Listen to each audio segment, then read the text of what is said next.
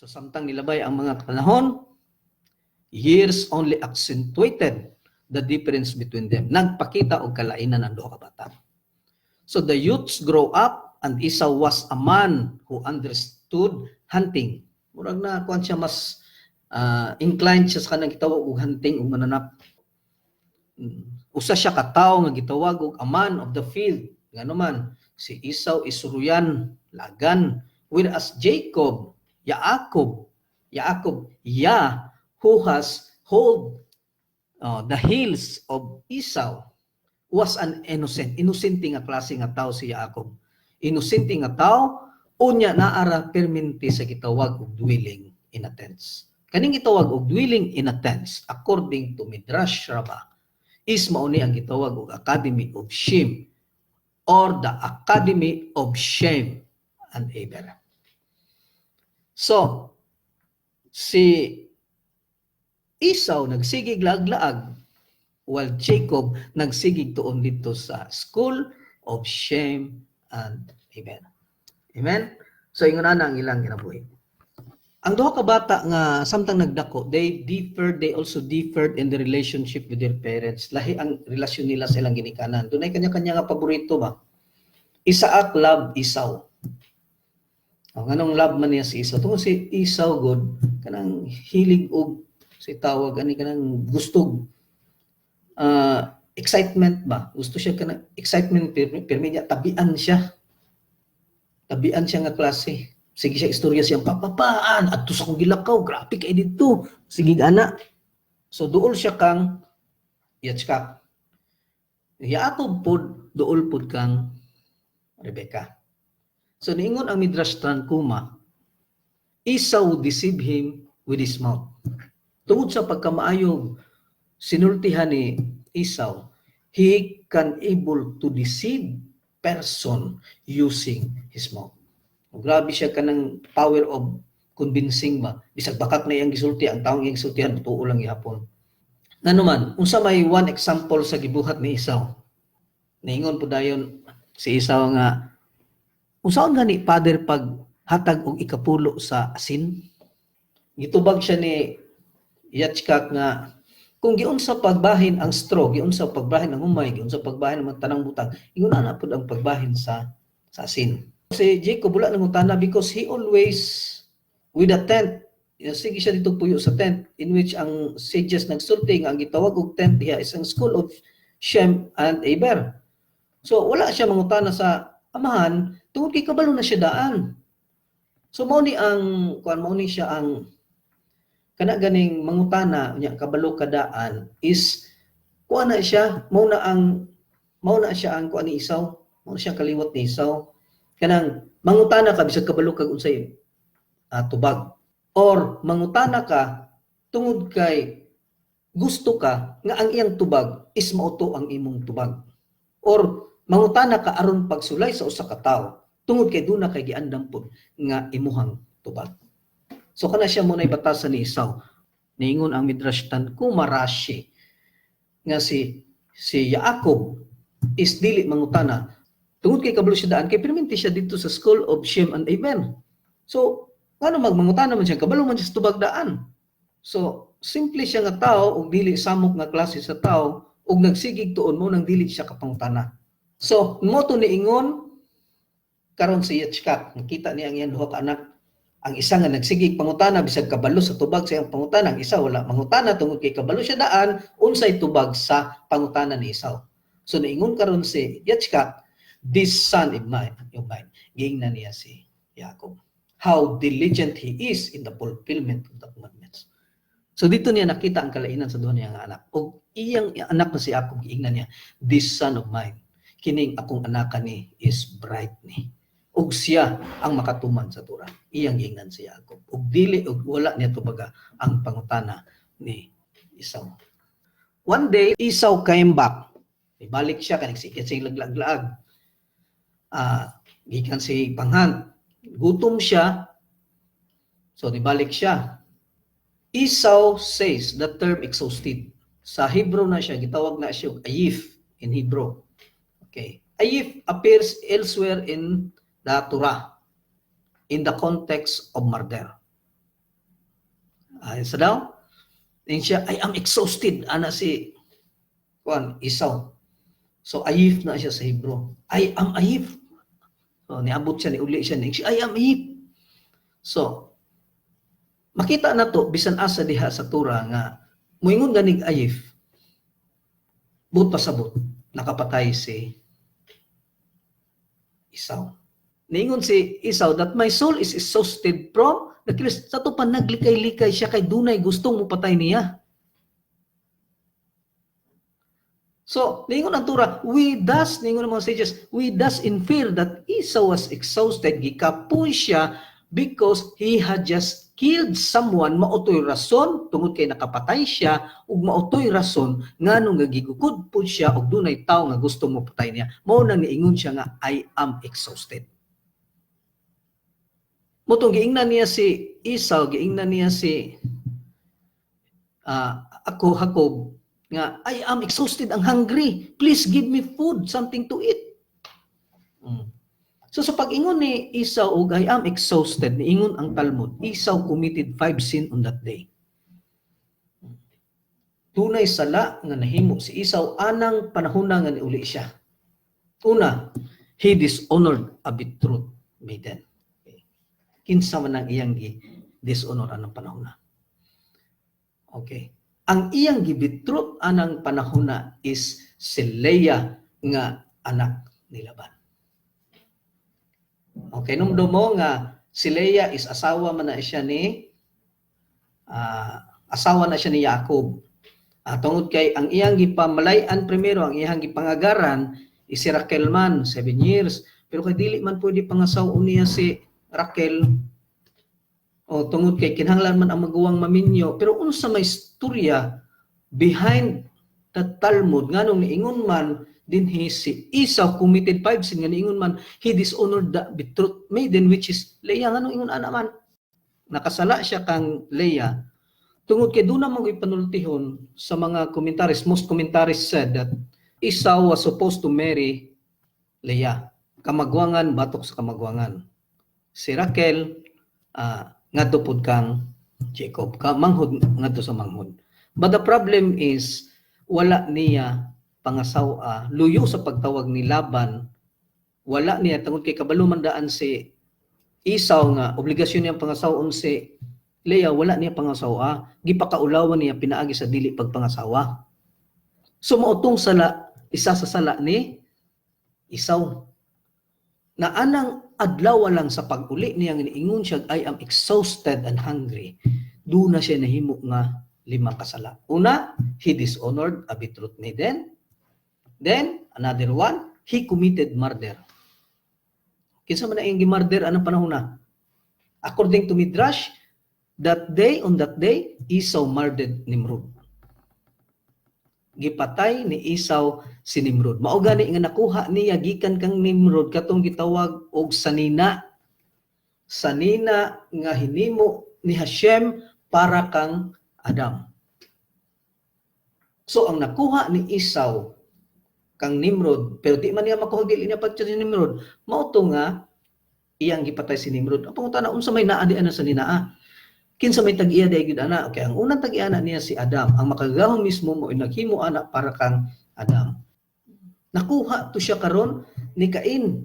Pag abot kang Cain, nakuha pud to karon ni Tubal Cain, katong nakapatay mismo pud kang Cain. Gikan kang Tubal Cain, nakuha na siya ni Nimrod. O gikan kang Nimrod, nakuha pud karon ni Esau. O gikan kang Esau, gikawat pud na ni Rebecca nga iyang inhan o gihatag kang Jacob.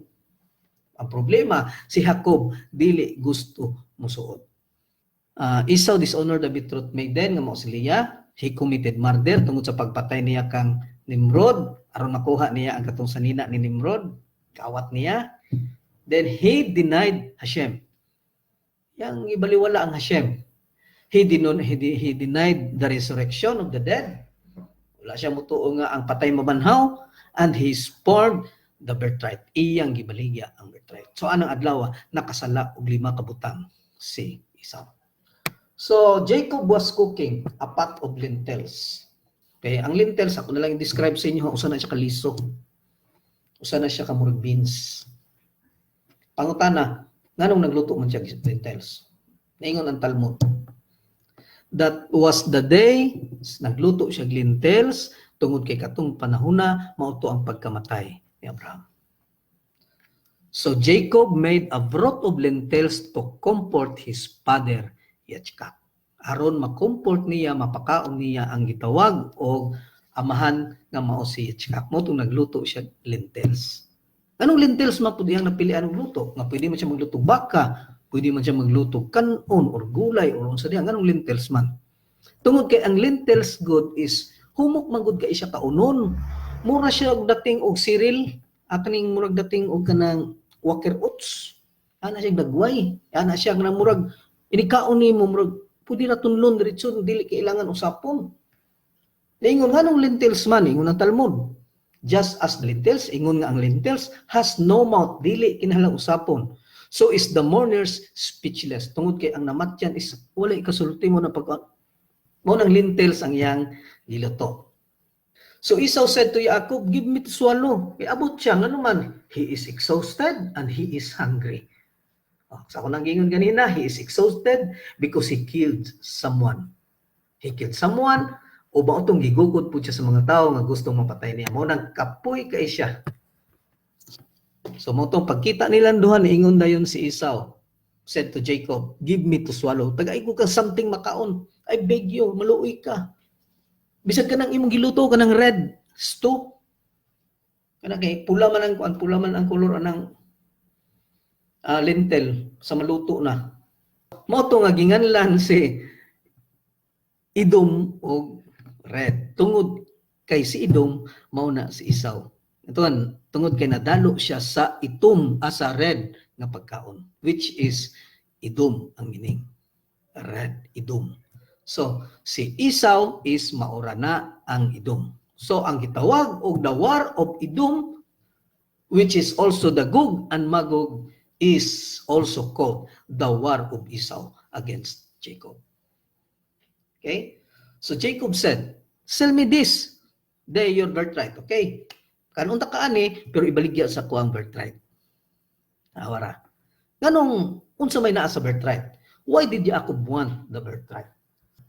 Tinangalahan kayo sa kadaghan sa pwede niyang pangayoon ilis sa lugaw, ang ilis sa lugaw nga ang birthright gyud mo yung ginitan.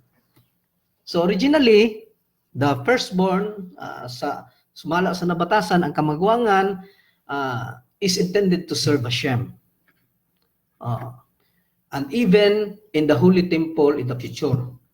So si Jacob gusto nga makuha to niya kay gusto siyang moalagad kang Hashem sa templo. Gusto siyang serve kang Hashem. Munang gusto niya ang birthright ni Esau. Tungod kay mas gusto niya nga siya ang mubuhat sa buluhaton nga angay unta kang Esau. Feeling that Esau's wickedness made him unworthy. Tungod kay nakita niya nga di man angayan akong kuya ani. So ako na lang kay mas angayan ko kay inklinado ko sa pagtuo sa mga gahom. Si Esau wala man na, di gani nakabalo mo ingog blessed be his name. So, gigusto ni Jacob nga siya ang alagad kang Hashem karon og dito bisan pa sa umaabot nga templo. Kay dili angayan si Esau. Motong usa sa rason ngano nga gusto niya ang birthright ni Esau. Apan si Rabbi Abraham ben Ezra, even Ezra nagdungag, offers another explanation. Since by the Torah law, tungod kay ang Torah law nag-ingon, the firstborn inherit a double portion on his father's state. Ingon si Rabbi Abraham ibn Ezra tungod kay ang kamagwangan god ang mga ginikanan maghatag na siya og doble sa anak. So gusto pud ni Jacob paliton ang birthright aron ang doble nga madawat gikan sa ginikanan is mahatag sa iyaha.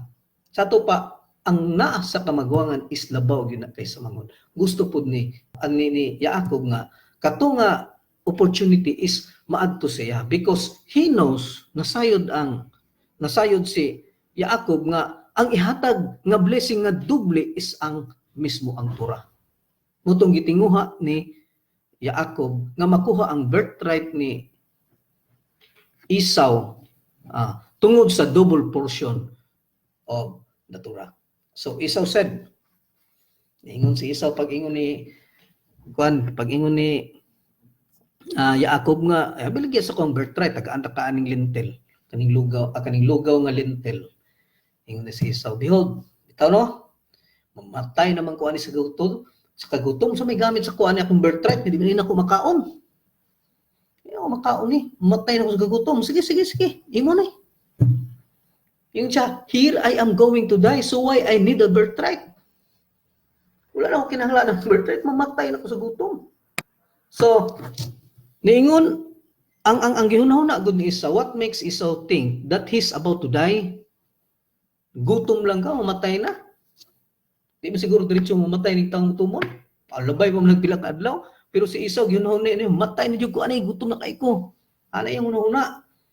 So the two answers to the previous question, nganong niingon siya, nganong nagunahuna siyang mamatay na siya. So, the two answers to the previous question address this one as well. If Jacob wanted the birthright because of the attendant privilege of serving the temple, so moto'y unang rason, tungod kay gusto siya mo serve sa temple, then Esau was observing the failure to perform this service properly, and he is punishable of immediate death. Nakita po ni Esau nga dili siya takos, nga moalagad dito sa templo, o ang dili niya pagkahimong takos is dunay silot sa gitawag og immediate death. So wala gamit, matay, magyapong ana. And that therefore, he'd prepare to forgo it. Mutang giya, sige mo na. So according to Ibn Isra approach, so certain Ibn Isra sa Talmud, Esau was the type of person who expected to live fast and die young.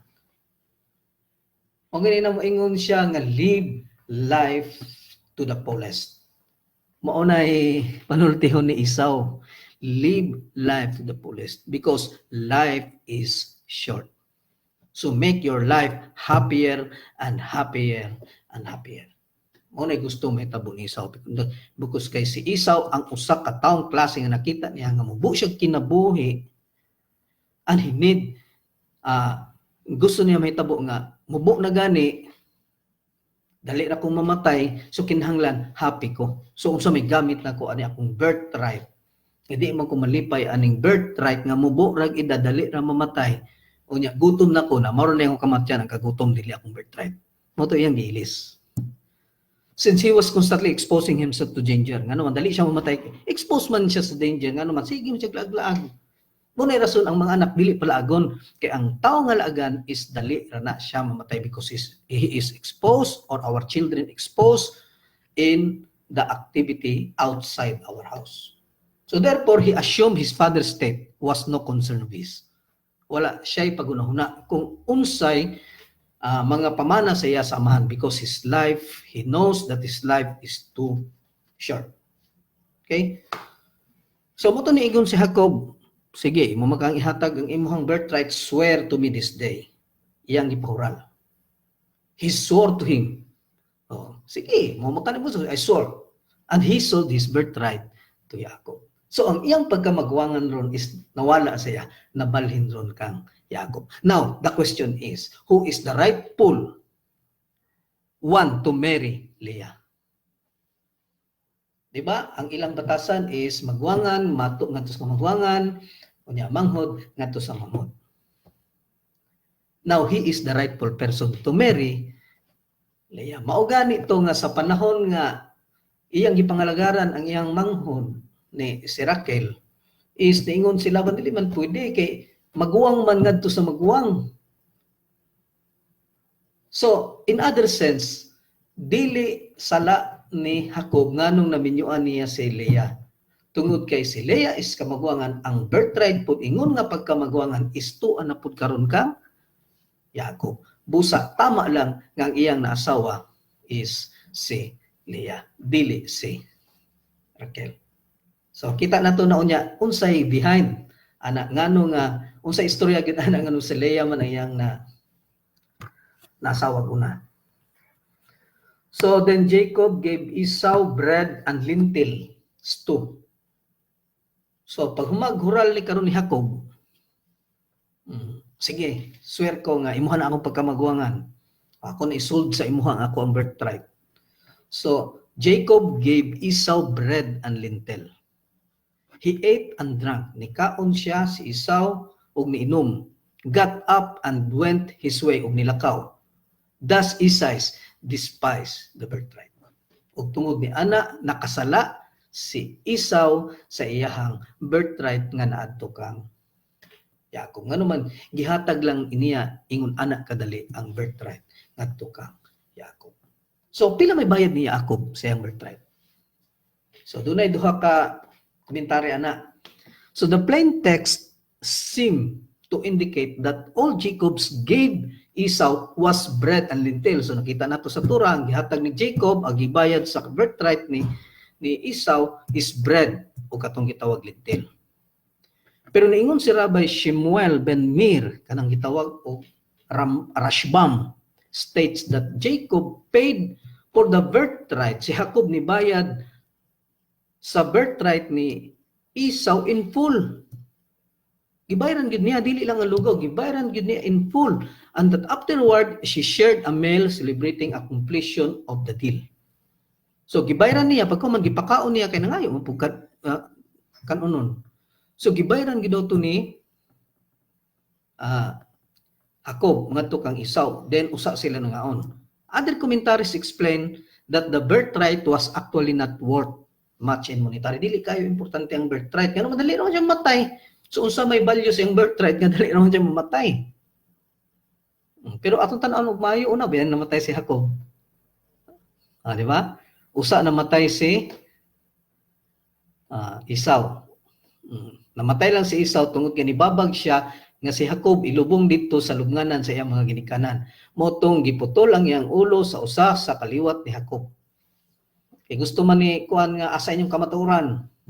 Motong nagsugo sila katong kusog mudagan, dagana dito kay kusog mudagan, kuha ang atong pamatuod nga si Jacob mo itagyan ng lubnganan. Tungod sa kasukog anong kasukog magkagi putol dito yung ulo.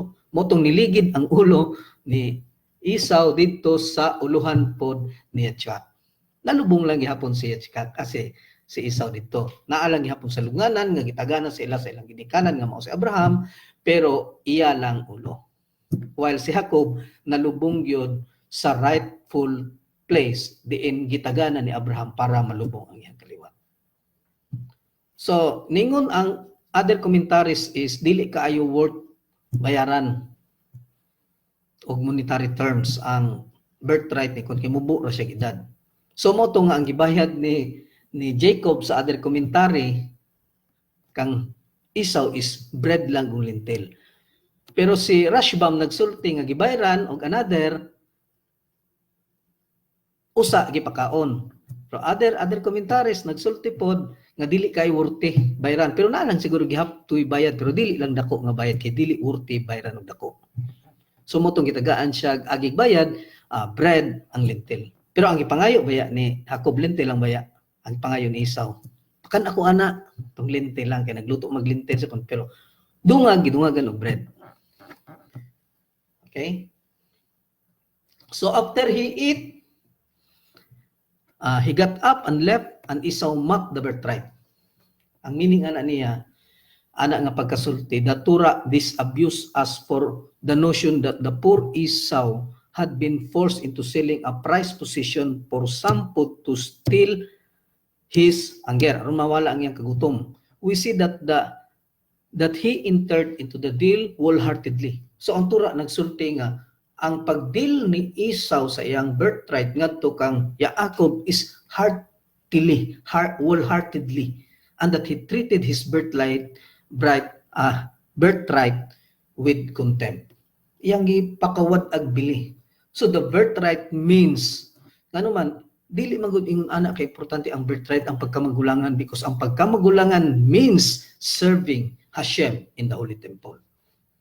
So tungod kay wala niya gipatagaag bili, nakita sa mga gahom nga dili importante kang Esau ang pag-alagad kang Hashem o ang pag-alagad dito sa templo. So nahimo siya karong mockery, a mountain of rejection of the Creator and disdain for serving Hashem. O moto'y rason nganong nawala siya sa pag-alagad kang Hashem. So famine forces, no, samtang niabot ang gutom, Isaac needs to relocate So kinahanglan siya mo-relocate tungod kay dunay nahitabo nga famine. So dili lang ang famine kagutom na hitabo dito sa panahon ni Jacob. Mao to nakaabot sila sa Ehipto.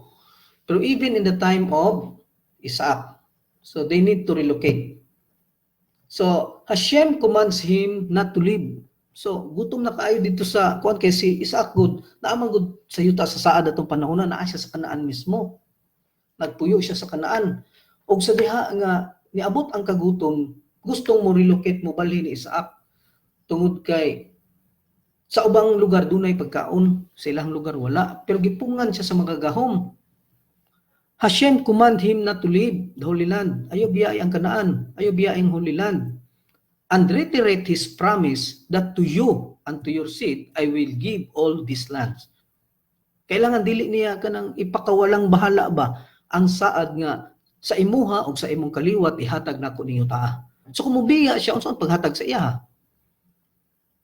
So kung dili siya mubiya ningon ang mga gahom, I will fulfill the oath which I swore to Abraham, your father.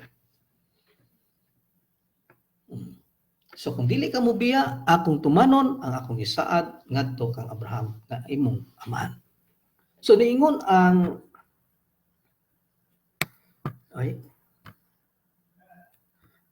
Midrash Rabbah,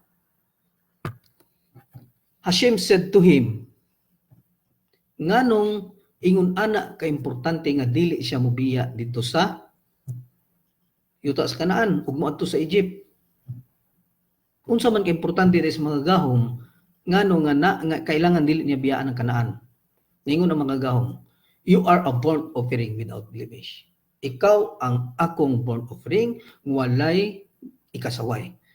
Ingon nga burnt offering, ingon nga usa ka halad ngadto kang Hashem, kinahanglan mahimo kang fit. So kung mugawas ka ani dinhi sa yuta sa saad, you become unfit if you go out of the Holy Land, from the Holy Land. So mo to ni kuan gyud magamayo biya diri kay mahimo kang unfit offering kung mugawas ka kinaa ka sa Holy Land.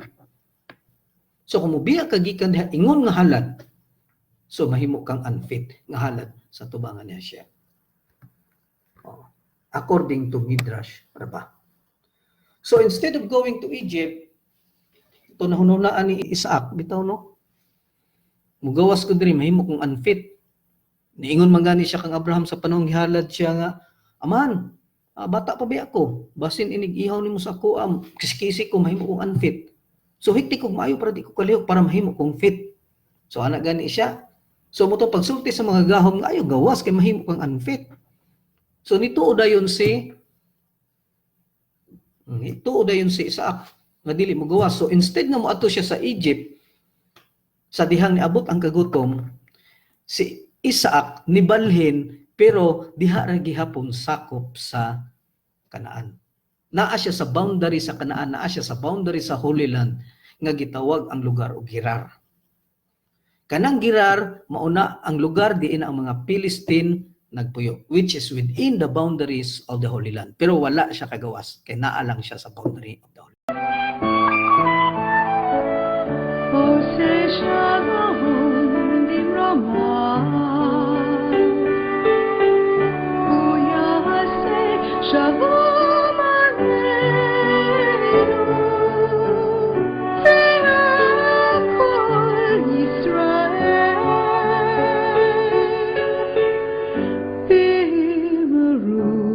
Hey